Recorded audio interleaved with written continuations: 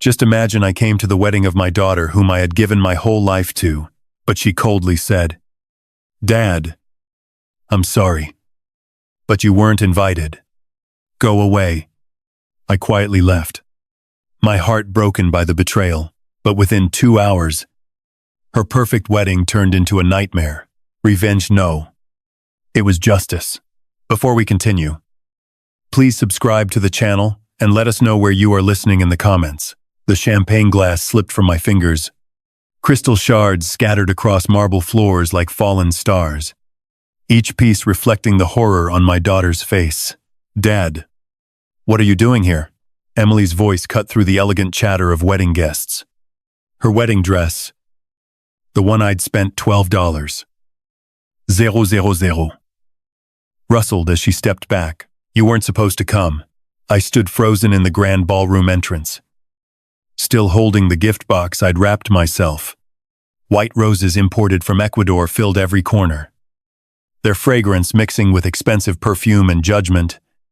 The chandelier above cast rainbow patterns on walls that had cost me 3 months of profit to rent. "Sweetheart, it's your wedding day." My voice sounded smaller than I intended. "I wanted to congratulate you both." Michael appeared beside her, his tuxedo perfectly tailored, his smile sharp as winter. "Mr. Clark, I think there's been a misunderstanding." "What misunderstanding?" I looked between them, searching Emily's face for the little girl who used to beg me to push her higher on the swing set. Emily glanced at the guests watching us. Women in designer gowns whispered behind crystal champagne flutes. Men in 1,000 suits pretended not to stare while clearly listening to every word. This is a private family celebration," she said, her voice tight with embarrassment. "Immediate family only." The words hit like ice water. 28 years of bedtime stories, school plays, and dance recital collapsed into that single sentence. 28 years of choosing her college fund over my own retirement, her happiness over my comfort. "I paid for this wedding." "Emily," the words came out steady. "Factual. Every flower, every plate. The dress you're wearing." Michael's jaw tightened. "Money doesn't buy class." "Sir, Michael's right," Emily whispered, not meeting my eyes. "This isn't about money. It's about fitting in. You don't understand the kind of people who are here." I understood perfectly. Construction workers who built their houses weren't welcome at their parties. The man who'd sacrificed everything so his daughter could marry into their world had served his purpose. Around us, conversations had stopped entirely. A photographer lowered his camera. The string quartet played on, oblivious to the drama unfolding in their elegant backdrop. I set the gift box on a nearby table between untouched champagne flutes and white orchids. "I wouldn't want to embarrass you. Dad, please don't make this harder than it needs to be." I studied her face, memorizing features I'd kissed goodnight for 18 years. Her mother's green eyes now cold as river stones. The smile I'd worked overtime to put braces on now turned away from me. "You're right," I said quietly. "I don't belong here." The walk to the exit stretched like a marathon. Designer heels clicked against marble. Whispered conversations resumed behind me. Someone laughed high and artificial. My work boots, polished for the occasion, felt heavy against the pristine floor. Outside, spring air hit my lungs like freedom. The parking lot stretched before me, filled with luxury cars I'd never afford. My pickup truck sat alone in the far corner, exactly where it belonged in their world. I reached for my phone, fingers steady despite everything. 25 years of building a company from nothing had taught me patience. 25 years of loving an ungrateful daughter had taught me the true value of loyalty. The screen lit up with missed calls from my lawyer about a property dispute. I scrolled past them to find a different number, one I hadn't called in months, but suddenly needed. My thumb hovered over the contact name, First National Bank Business Services. Inside that ballroom, my daughter was celebrating her new life without me. Outside, I was about to begin mine without her. The phone rang once before someone answered. Heavy doors sealed behind me with the finality of a vault closing. Wedding music faded to whispers as I crossed asphalt toward my truck. Each step more deliberate than the last. The gift box remained on their table, abandoned like everything else I'd given them. March wind carried the scent of approaching rain. Darker clouds gathered above the venue's Gothic spires, casting shadows across luxury vehicles that cost more than most people's houses. My boots crunched on gravel as I reached the truck, keys already in hand. Inside the cab, silence wrapped around me like armor. Dashboard clock showed 3:47 p.m. Enough time before banks closed on Saturday. Enough time to make several important calls. I scrolled through contacts until I found what I needed. First National Bank Business Services appeared on screen. My finger hesitated for exactly 3 seconds before pressing call. First National. This is Patricia speaking.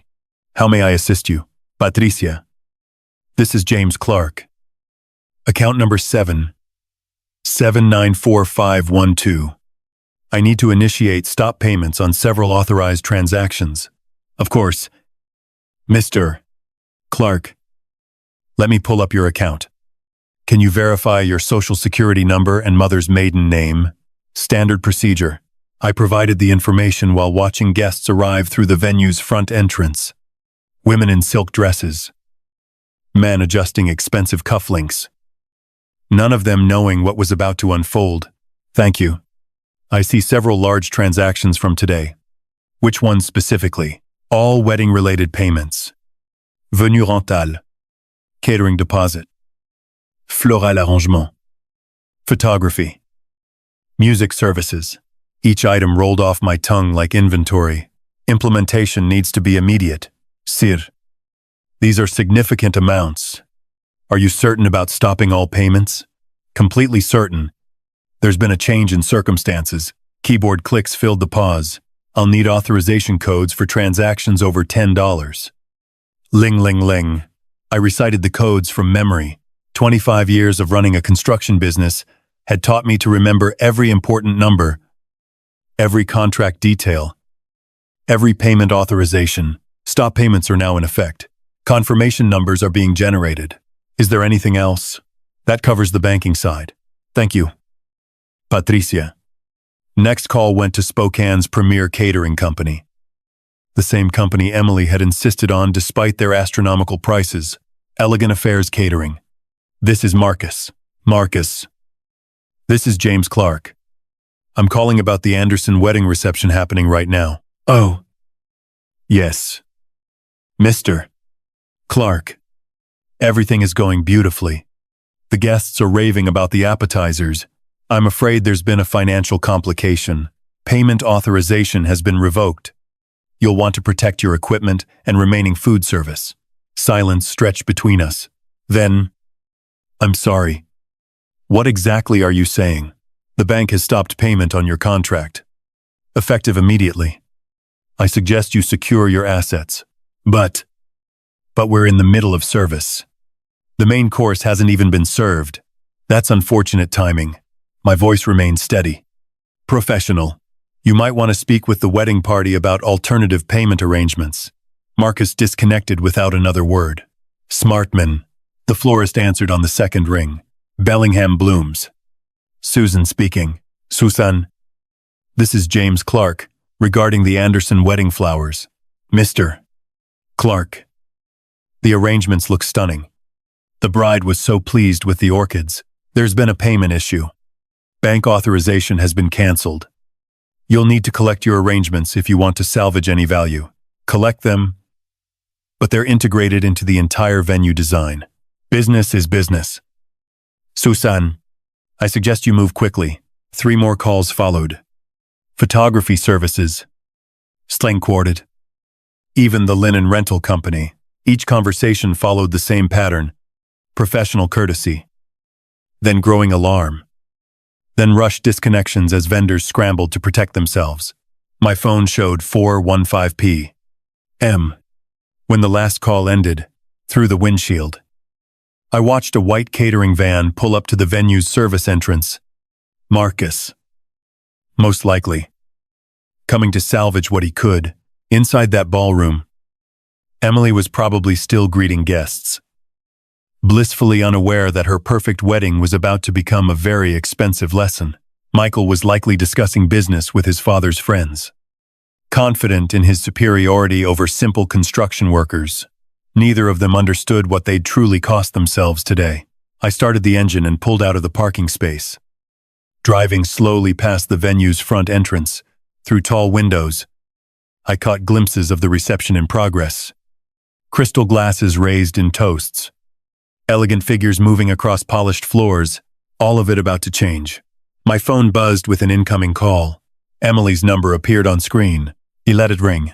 Dashboard clock read 4:20 p.m.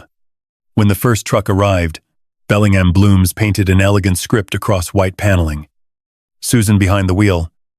With two assistants riding shotgun, they parked near the service entrance and unloaded empty containers with business-like efficiency through venue windows. I could see the cocktail reception in full swing. Crystal glasses caught chandelier light as guests mingled around Emily's imported orchids. Michael gestured broadly to a circle of men in expensive suits, probably explaining his latest business venture. Neither bride nor groom noticed the florist team entering through side doors. Emily stood near the main entrance, radiant in $12.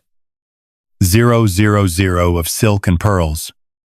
Accepting congratulations from a steady stream of relatives, her laugh carried across the ballroom. Bright and carefree, the sound would change soon enough. Susan appeared in the ballroom doorway with two large plastic containers. She walked directly toward the main altar arrangement. Her assistants flanking the smaller displays, guests began turning. Confusion, replacing celebration, as the team started dismantling the centerpiece. "Excuse me." Emily approached Susan with the practiced smile of someone accustomed to managing staff. "We're in the middle of our reception. Whatever you need can wait until later." Susan straightened, holding a bundle of white orchids. "Mom, I'm Susan from Bellingham Blooms. Payment authorization for these arrangements was canceled 40 minutes ago. I need to recover our property." Emily's smile flickered but held. "That's impossible. Everything was paid for weeks ago. The account holder, James Clark, contacted us directly. All payments have been stopped." Susan continued removing flowers with professional detachment. "I have written authorization to collect our arrangements." Color drained from Emily's face. Around them, guests had stopped talking entirely. Michael crossed the room in quick strides, his expression shifting from confusion to anger. "What exactly is happening here?" His voice carried the authority of someone unaccustomed to being questioned. "Payment issues. Sit. We're collecting unpaid merchandise." Susan's assistant began wrapping the altar arrangement in protective plastic. "This is completely unacceptable." Michael's face flushed red. "Get your manager on the phone immediately." "I am the manager. And our contract clearly states that canceled payments void our service obligations." Susan nodded toward her assistants, who began collecting table centerpieces while guests watched in stunned silence. Elegant Affairs catering van pulled up outside. As Susan's team continued their systematic removal, Marcus emerged with 3 staff members, their faces grim with purpose. They entered through the main doors this time, making no attempt at discretion. Emily watched the orchids disappear into containers, her perfect composure cracking like fine china. "There has to be some mistake. My father wouldn't. He couldn't." "Mom, we need to cease food service immediately." Marcus approached with clipboard in hand. Payment authorization was revoked at 4:15. "We're contractually obligated to protect our equipment and remaining inventory."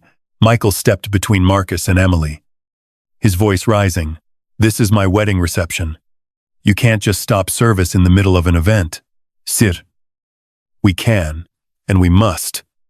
When payment authorization gets canceled, standard procedure requires immediate asset protection." Marcus signaled his team, who began covering serving stations with white cloths. Guests shuffled nervously, champagne glasses untouched in their hands. Conversations had devolved into worried whispers.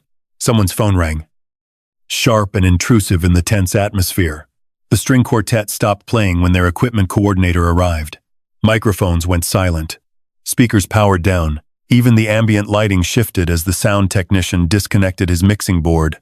Emily stood frozen in the center of her collapsing reception, wedding dress pristine amid the chaos of disappearing services. This can't be happening. Not today. Not like this. Emily. What kind of arrangement did your family make? Michael's voice carried new suspicion, his anger redirecting from vendors toward his bride.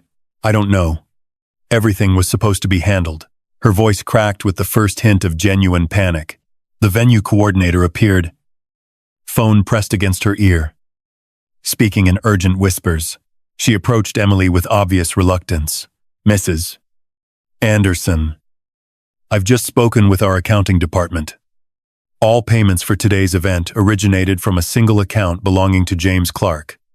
That account holder has revoked authorization for every transaction. Emily's composure shattered completely. The little girl who dismissed her own father from his celebration was finally understanding the scope of his generosity and the consequences of her cruelty. She pulled out her phone with trembling fingers, scrolling to a familiar contact.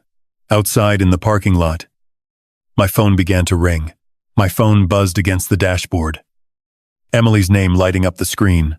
Through the windshield, I could see her silhouette in the venue doorway. Phone pressed to her ear with desperate urgency. I didn't answer.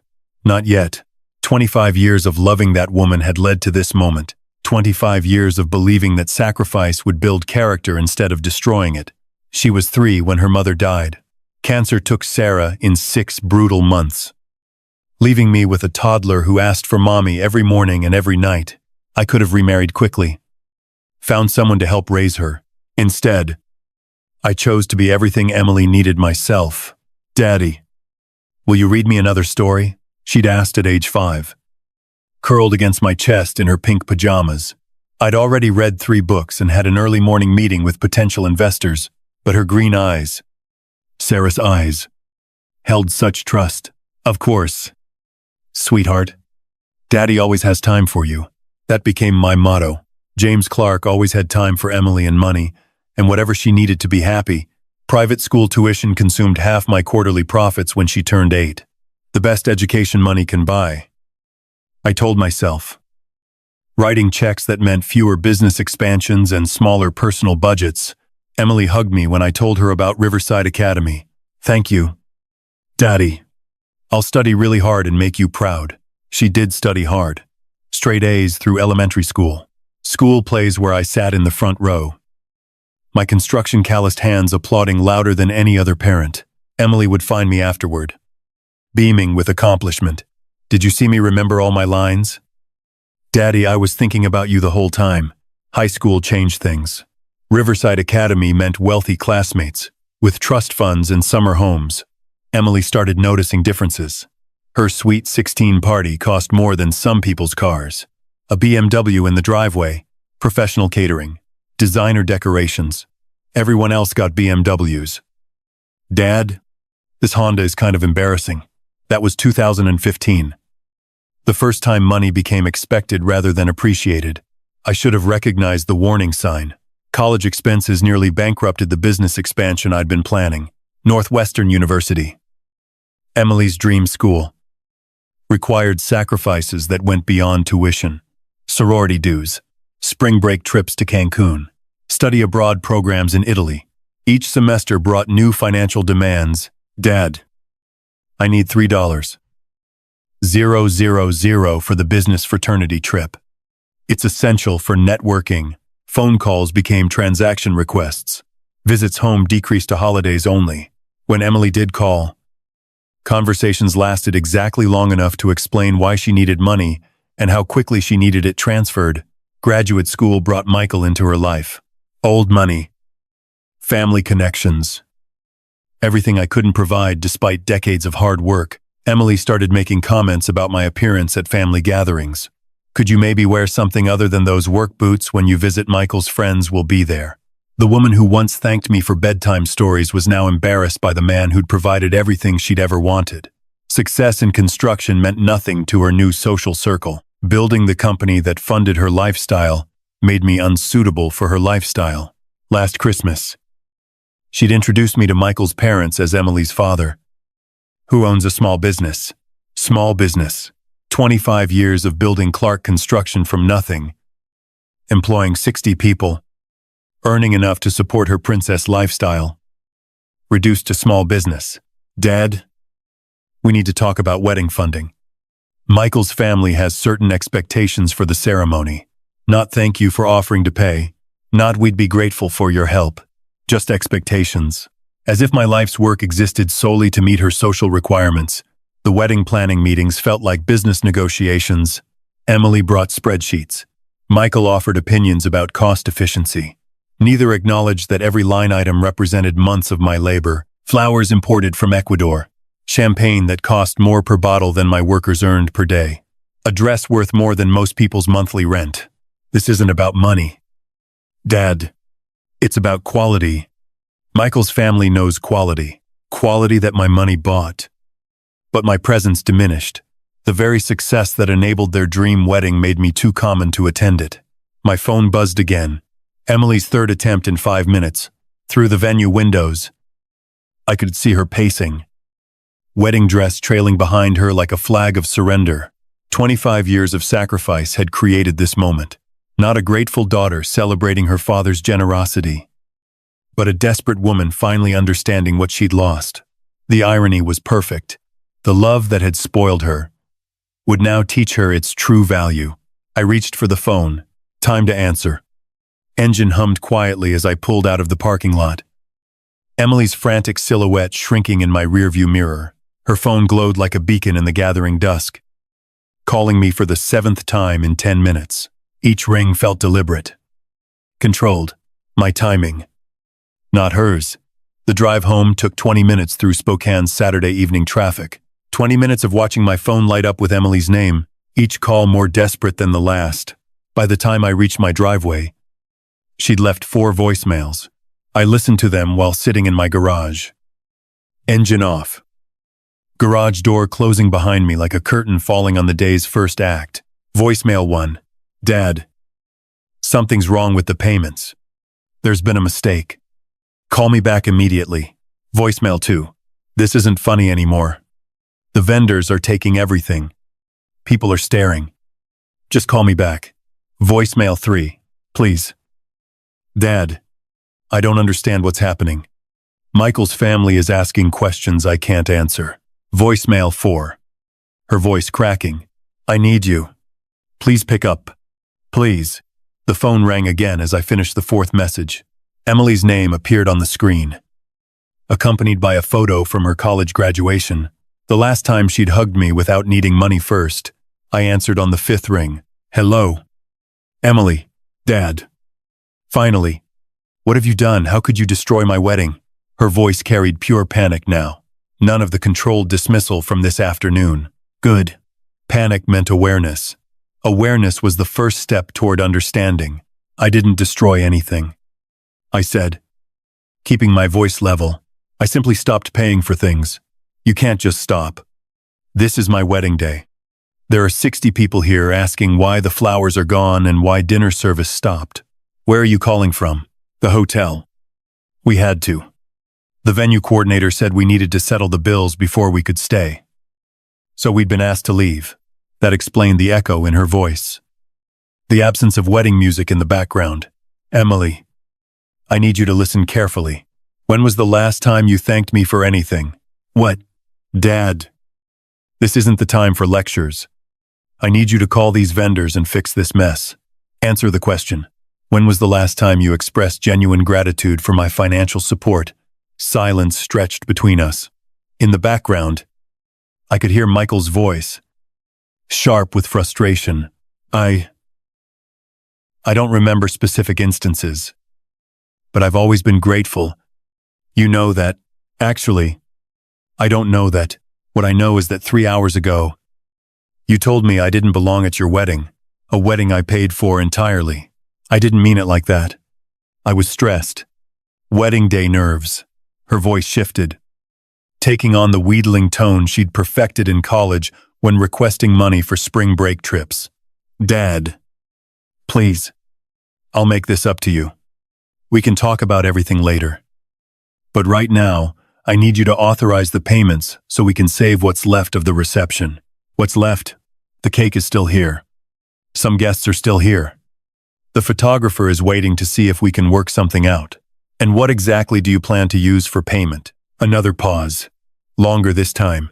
I thought you would handle it. You always handle it. I always have. That's true.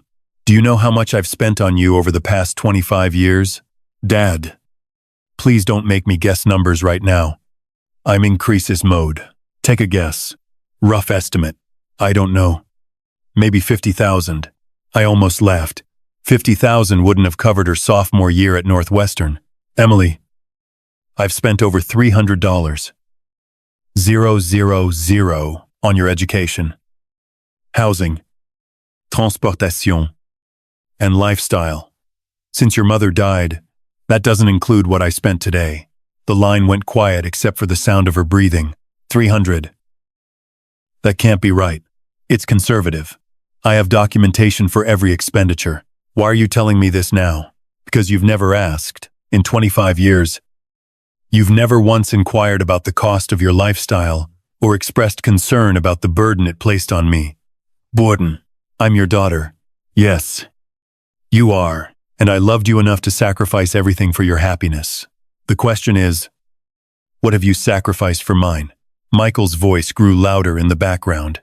She covered the phone for a moment. Their muffled argument barely audible. Dad. Michael's family is really upset. They're asking questions about our finances. They want to know how we're going to pay for this. That's between you and your husband, but I don't have that kind of money. You know I don't.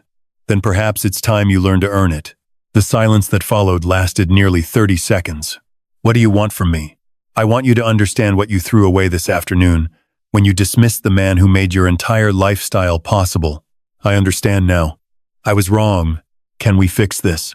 We'll see. I'm reviewing our entire financial relationship. There will be documentation. We'll discuss this properly when I'm ready. I ended the call and turned off my phone. Through my kitchen window, I could see the lights of Spokane beginning to twinkle in the distance. Emily was somewhere out there. Facing her first night of financial independence, the education was just beginning. Warm light from my desk lamp cast familiar shadows across 25 years of meticulous record-keeping. Filing cabinets lined one wall of my home office like sentinels, guarding secrets Emily had never bothered to ask about. Tonight, those secrets would finally serve their purpose.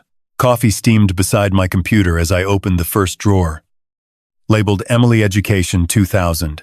Behind me, the house settled into evening quiet, but my mind buzzed with the systematic energy that had built Clark Construction from nothing into a 60-employee operation.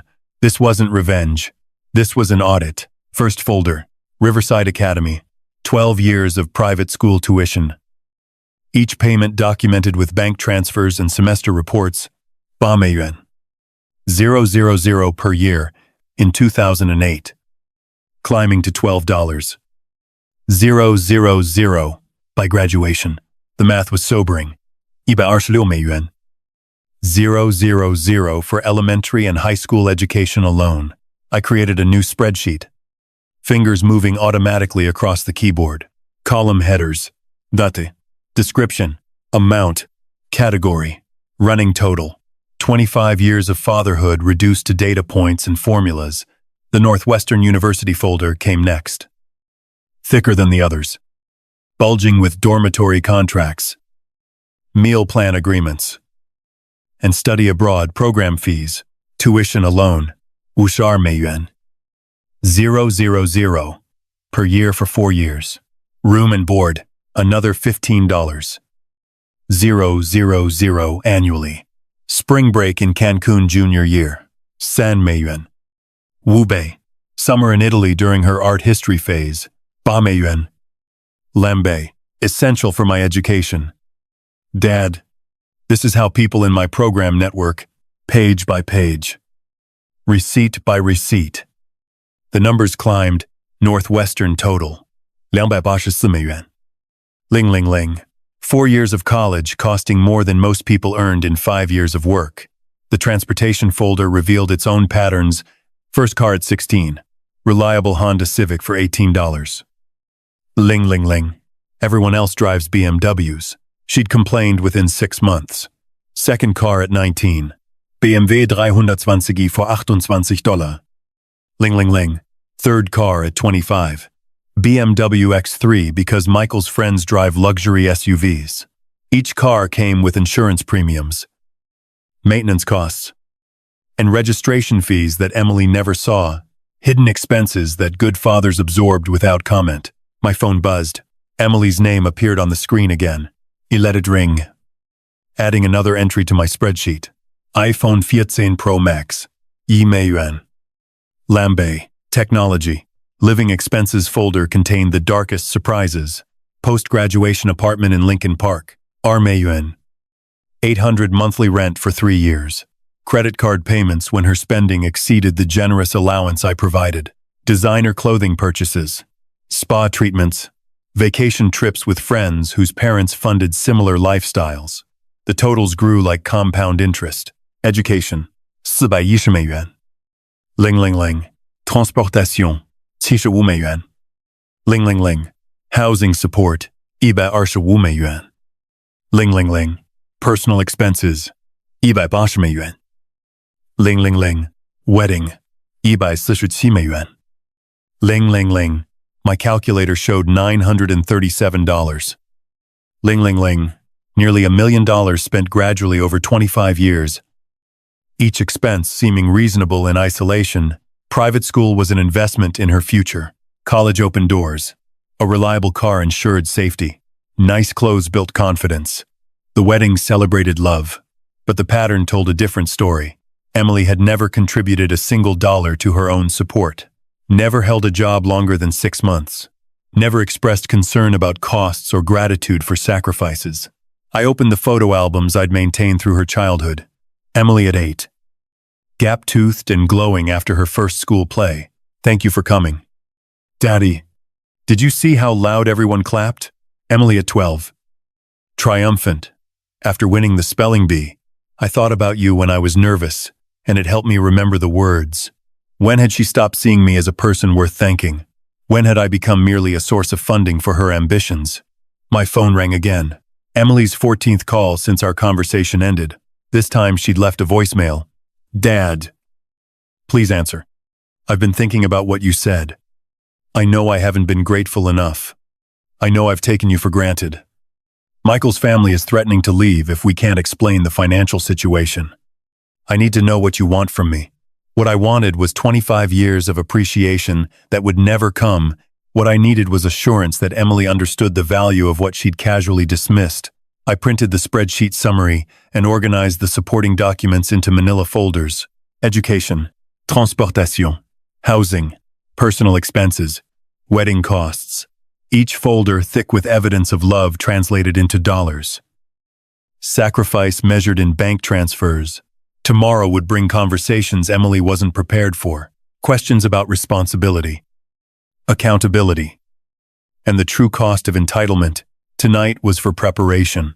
The documentation spread across my desk like evidence in a courtroom case. Nearly $1 million of support provided without question. Appreciation. Or acknowledgement. Emily had lived like royalty while treating her benefactor like hired help. That arrangement was about to change. My phone buzzed once more with Emily's name. I reached for it. Then stopped. Not yet. Let her understand what helplessness felt like. Let her taste the panic of financial dependence without guarantees. The education would continue in the morning. Sunday morning brought crisp March air and the kind of clarity that comes from thorough preparation. My briefcase sat by the front door, loaded with 25 years of documented evidence. Richards and Associates had agreed to an emergency consultation at 9:00 a.m. Professional courtesy between businessmen who understood that some situations couldn't wait for Monday. The law office felt appropriately serious.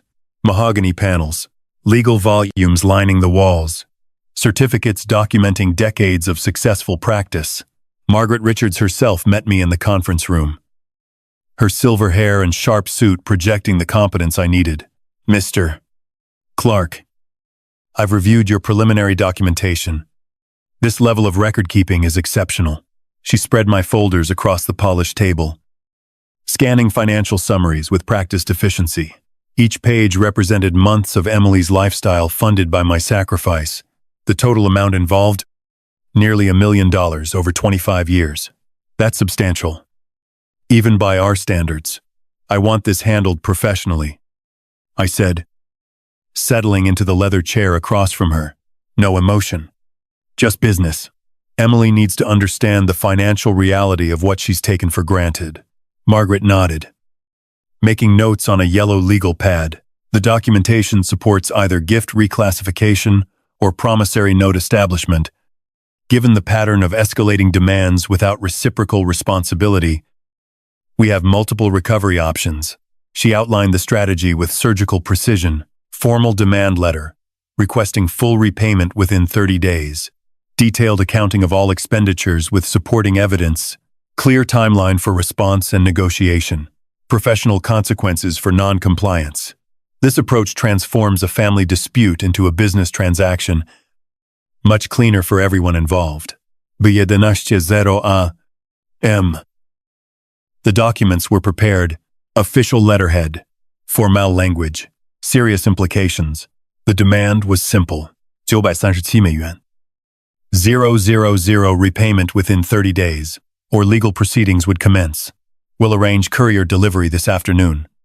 Signature required. Creating official record of receipt. I drove home with copies of everything. Satisfaction mixing with sadness for the necessity of such measures. Emily had created this situation through years of entitlement. I was simply providing the consequences she'd never faced. At exactly 2:15 p.m. My phone rang. The courier service confirming delivery to the Spokane Grand Hotel. Room 1247. Signed receipt by Emily Clark Anderson. The formal process had begun. I imagined Emily's confusion when the hotel desk called about a legal delivery. Her assumption that it was vendor-related paperwork, Michael taking charge as the responsible husband. Breaking the official seal with typical arrogance. Then reading. Comprehension, dawning slowly. The phone started ringing at 2:47 p.m. Emily's name flashing repeatedly on my screen. I let each call go to voicemail. Each message more desperate than the last. Message 1. Dad. What is this legal document? This can't be serious. Message 2. $900,000. That's impossible. You never said these were loans. Message 3. Please call back. Michael's family is asking questions I can't answer. Message fou. Her voice breaking. I don't understand how everything went so wrong so fast. At the Grand Hotel, Emily and Michael were discovering what accountability looked like when backed by legal authority. 25 years of gifts had been reclassified as recoverable debt. Their financial dependency was now documented, quantified, and subject to collection procedures. The wedding disaster had been the opening act. This was the main performance. Margaret had explained the process clearly. Civil debt recovery follows standard procedures. They'll need legal representation to respond properly. That costs money they don't have for a debt they can't pay. Emily's frantic calls continued through the afternoon. 15 missed calls, 8 voicemails, each one revealing deeper understanding of her helplessness. The woman who dismissed me from her wedding was beginning to comprehend what she'd actually dismissed. The irony was perfect. Emily had spent 25 years taking my financial support for granted. Now she faced 30 days to repay it all with professional consequences for failure. My phone buzzed again. Emily's 16th call. This time I decided to answer. Dad, please. We need to talk about this reasonably. Emily's voice cracked through the phone speaker. Exhaustion replacing the panic from yesterday. This legal document, it can't be real. I settled into my kitchen chair. Coffee steaming beside me. Through the window. Spokane's Sunday afternoon looked peaceful. Families walking dogs. Children riding bicycles. Normal people living normal lives. The document is completely real. Emily, as are the 30 days you have to respond. But 900,000? That's impossible. You never said any of it was a loan. I never said it was a gift either. You simply assumed. In the background, I could hear Michael's voice. Sharp with frustration. Paper rustling. The sound of someone pacing. Emily. I need to understand something. Who exactly do you plan to contact for help with this situation? Silence stretched between us. Then, family, friends, people who care about me. I see. Well, you have 29 days remaining. I suggest you start making those calls. I ended the conversation and turned my phone to silent. Let Emily discover what I already knew. That nearly $1 million in debt would reveal exactly who was willing to help and who would politely decline. The phone lit up repeatedly throughout the afternoon. Emily's name appearing and disappearing on the screen like a distress signal. I let each call go unanswered, each voicemail unheard. By evening, the calls had stopped. Monday morning brought a different kind of silence. No frantic messages from Emily, no desperate voicemails. Just quiet. I drove to the construction site where we were breaking ground on a new office complex. Physical work had always helped me think clearly. The sound of machinery, the smell of fresh earth, the satisfaction of building something solid and permanent. My foreman, Dave, approached around 1000 a.m. Bus. You seem different today. Everything okay? Family situation? I said, watching the excavator clear foundation space. Sometimes you have to make hard decisions for people's own good. Kids. Something like that. My phone buzzed. Text message from Emily. Dad.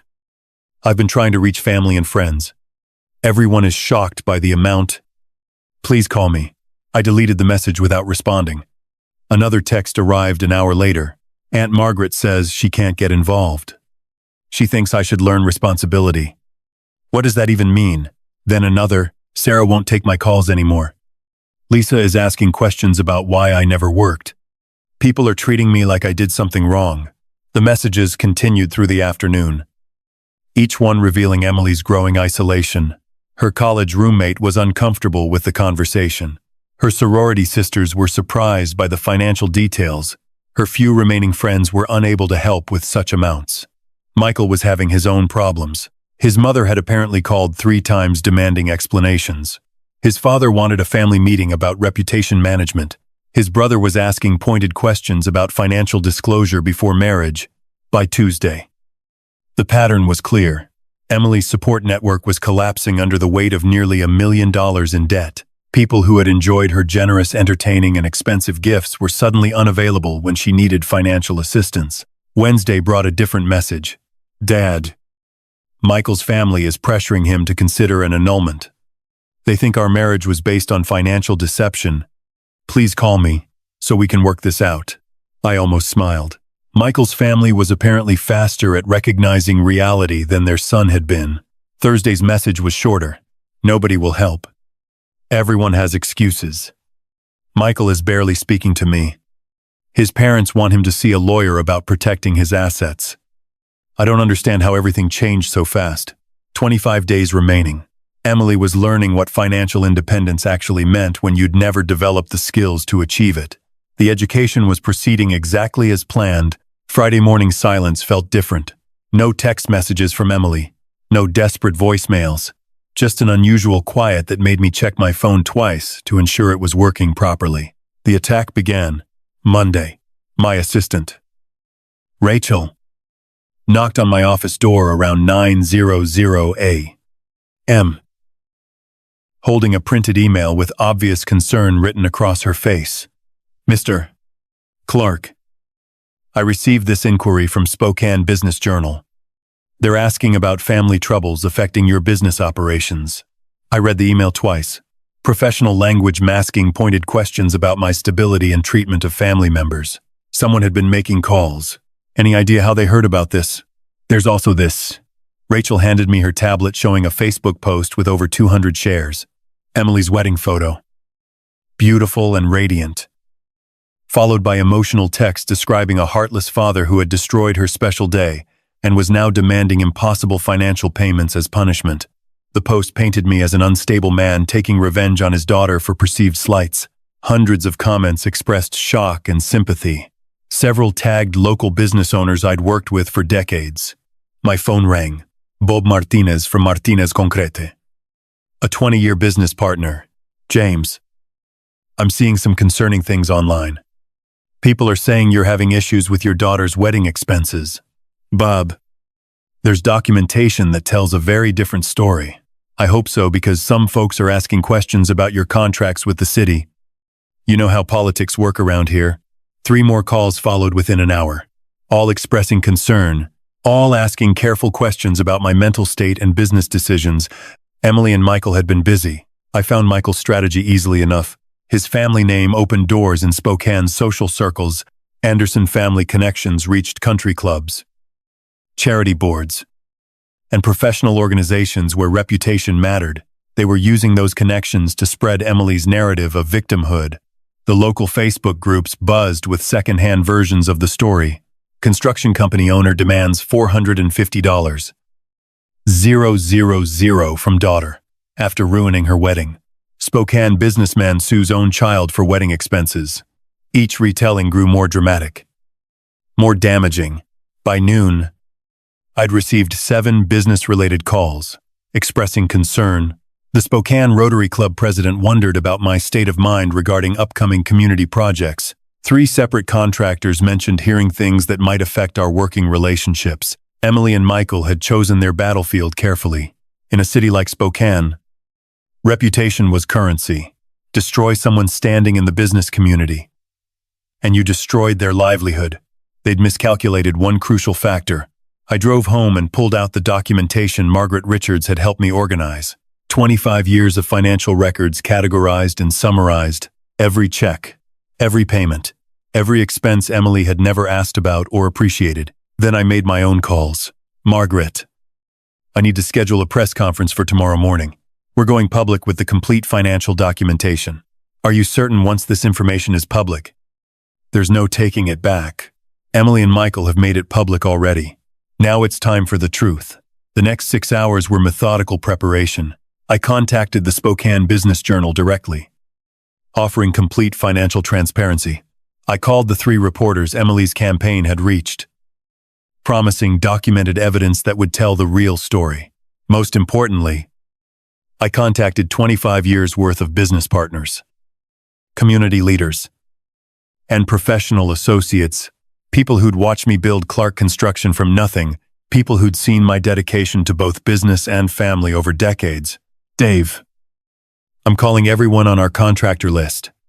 There's going to be a story tomorrow that sets the record straight about Emily's situation. By evening, I had confirmation that Spokane Business Journal would run a feature story. Local news stations agreed to cover the press conference. The documentation was copied and ready for distribution. Emily's attack had lasted 3 days. My response would last one morning.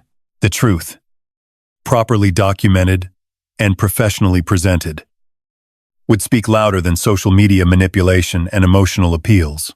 24 days remaining on the legal deadline. By tomorrow afternoon, Emily would understand that destroying reputations was a game best played by people with actual substance to defend. Tuesday morning arrived with the precision of a construction schedule.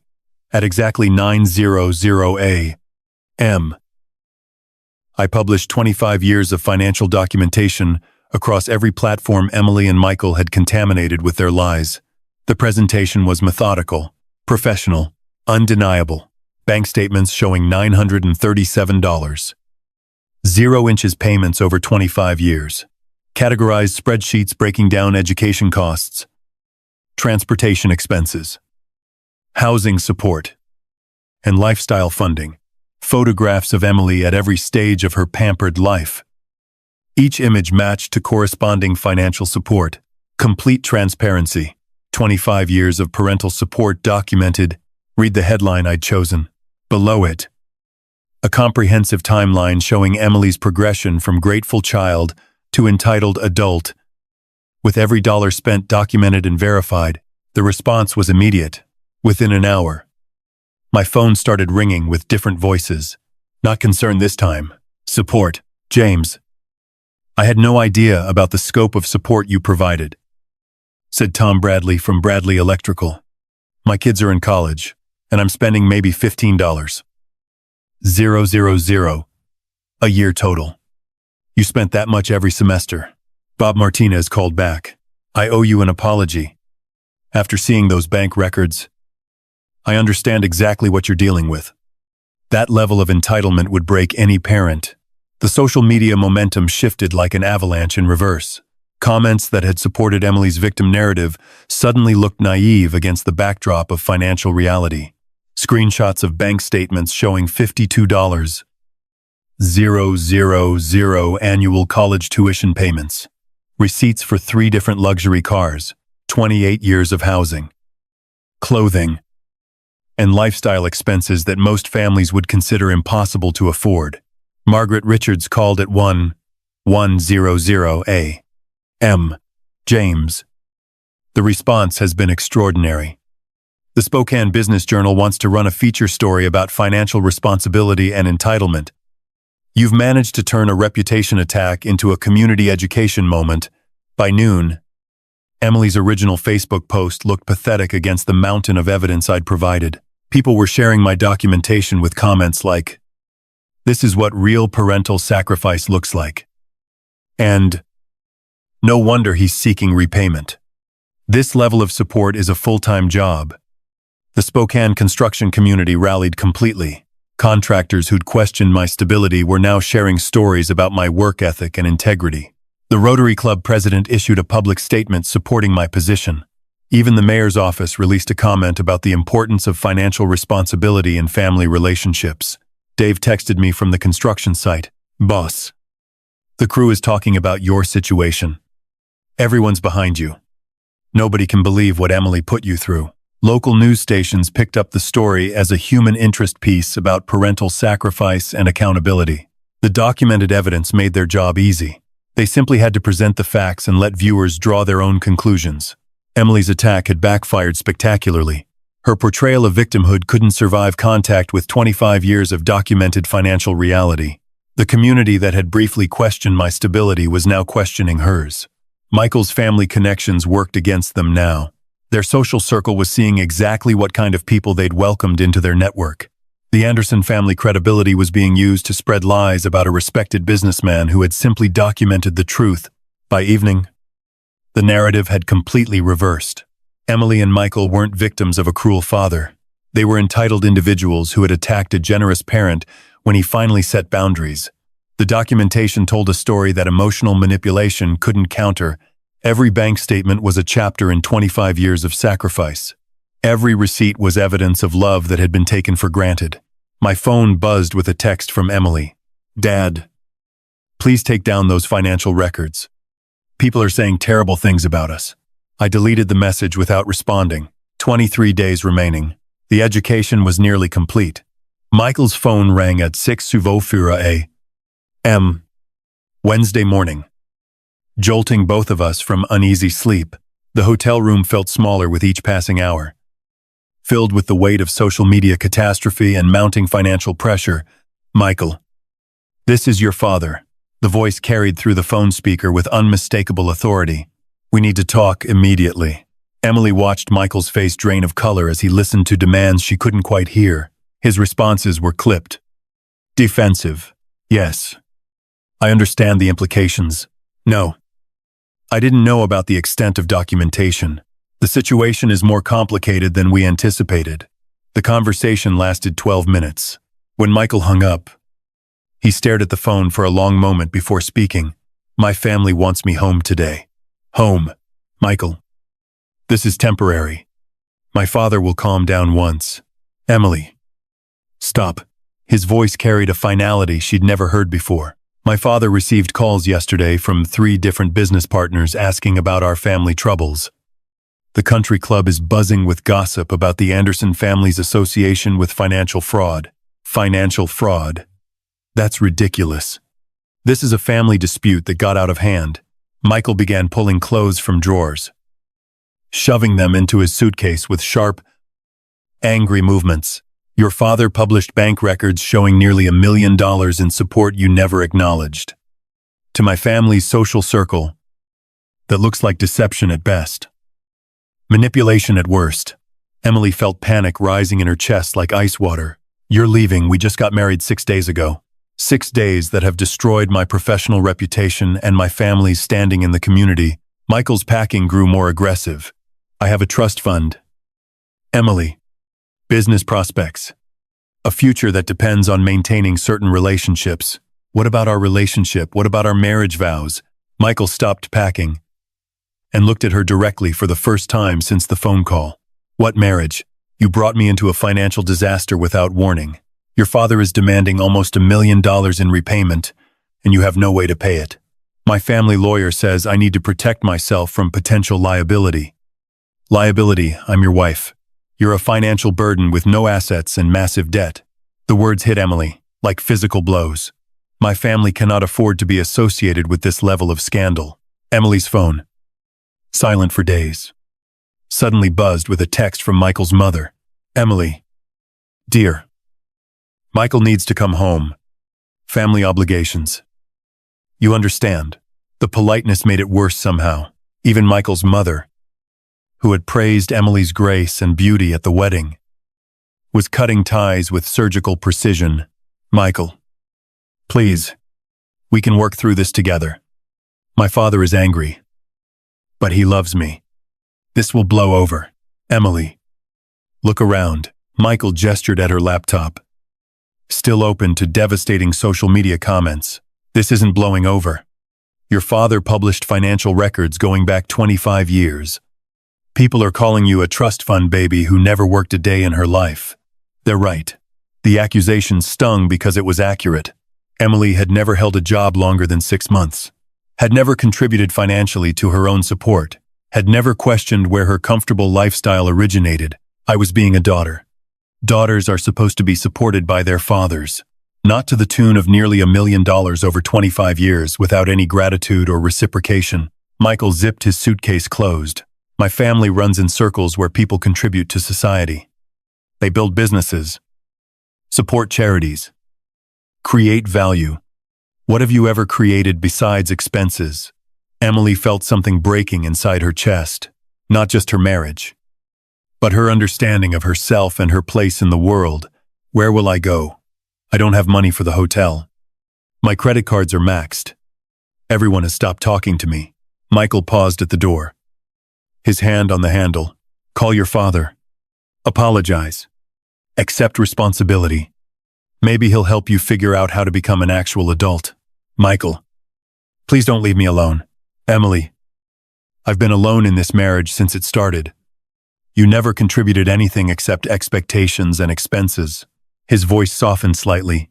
Maybe losing everything will teach you something your father's money never could. The door closed behind him with devastating finality. Emily stared at the hotel room that suddenly felt vast and empty. Her wedding dress still hung in the closet, a reminder of 6 days that had destroyed her entire life. No husband, no family support, no friends, no money. For the first time in 28 years, Emily Clark Anderson was completely alone. She picked up her phone and scrolled to a number she hadn't called since that first desperate Saturday. Her father's contact information appeared on the screen, like a lifeline she wasn't sure she deserved to grasp. 22 days remaining to find almost $1 million she didn't have, to rebuild relationships she'd destroyed, to become someone she'd never been before. The phone rang once before a familiar voice answered. Hello, Emily. His voice carried none of the warmth I'd grown up with, but no cruelty either, just calm acknowledgement that his daughter was finally calling after losing everything. Dad. The word came out broken, barely above a whisper. I won. I don't know where to start. Start with the truth. Do you understand what happened this week? I stared at the hotel room around me, at Michael's absence, at my laptop screen still showing hundreds of comments condemning my behavior. The weight of 28 years of thoughtless entitlement crashed down like a collapsed building. I lost everything. My husband left me this morning. His family cut me off completely. I don't have money for tonight's hotel bill. My voice cracked. Everyone hates me. Do you understand why? The question hung in the air like a challenge.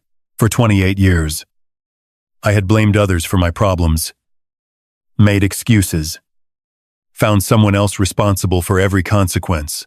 Not this time, because I treated you like a bank account instead of a person, because I never appreciated what you sacrificed for me, because I was selfish and entitled and cruel.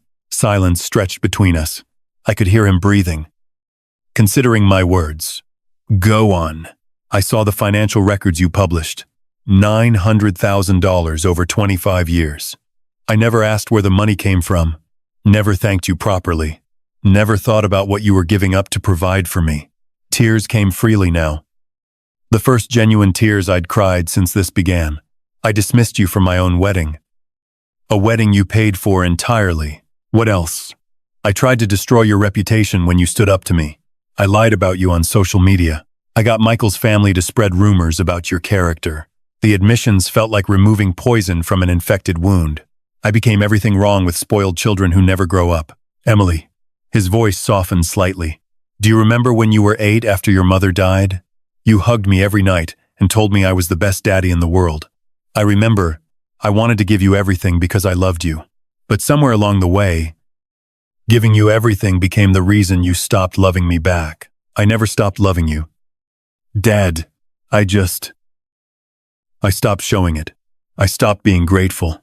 I stopped being a daughter and became a consumer. What do you want from me now? The question terrified me because I understood it wasn't just about immediate help. It was about what kind of relationship we could have going forward. I want to earn your respect. I want to become the daughter you deserve to have. I want to learn how to be an adult who contributes instead of just taking. I wipe my eyes with the back of my hand. But first, I need help surviving long enough to prove I can change. What kind of help? I need enough money to stay in the hotel for 1 more week while I find a job. Untold. I need a chance to prove I can support myself. Emily, if I help you this time, there will be conditions. Anything. You'll find employment within 2 weeks. I don't care if it's cleaning offices or waiting tables.